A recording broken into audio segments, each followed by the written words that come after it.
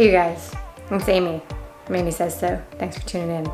Brought you in here today to my laundry room. Welcome to my laundry room. Great domestic life.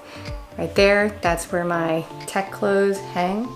We have been having a little bit of a laundry issue during the pandemic in my house. These are my husband's shirts hanging to dry. And today I'm going to tell you all about the laundry situation.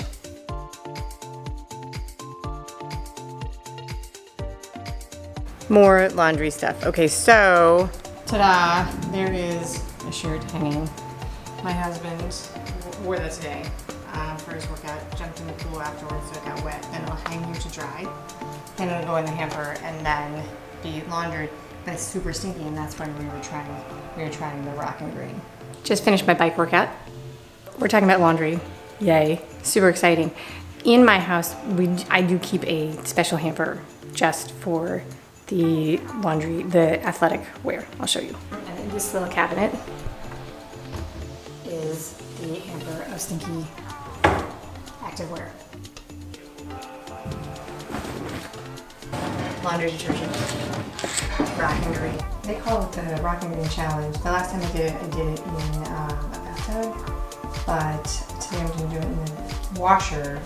And some people call this, I think, laundry stripping, although I'm not sure I have the words right. I think that my mom would call it that for sure. Anyway, here goes.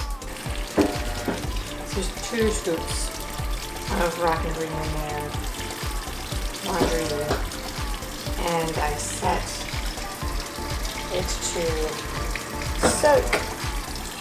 See what happens. All right, so we're gonna do the sniff test to the Rockin Green challenge. Why are you recording it?